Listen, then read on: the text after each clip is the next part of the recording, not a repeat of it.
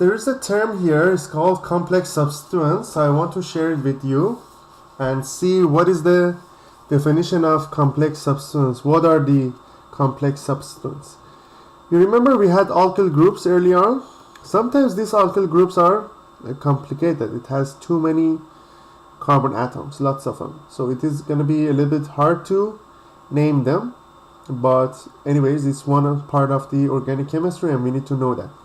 So complex alkyl groups are named by a systematic method using the longest alkyl chain as the base alkyl group, and the base alkyl group is numbered beginning with the carbon atom, the head carbon, bonded to the main chain.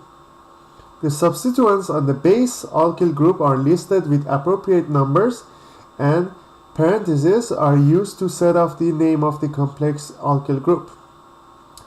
Let's see some example.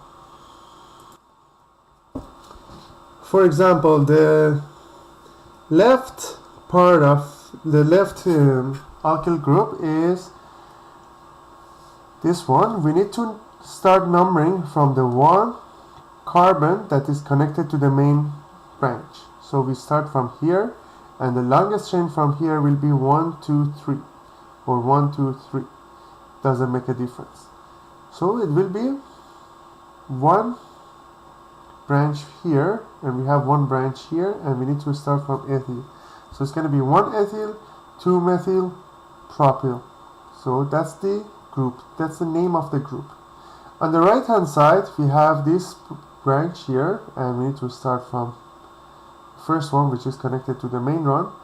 So it is going to be 1, 2, 3, 4, and we have 3 methyl groups, 1 and 1 and 3 trimethyl butyl, because it's butyl because we have 4 carbon atoms and it is an alkyl group.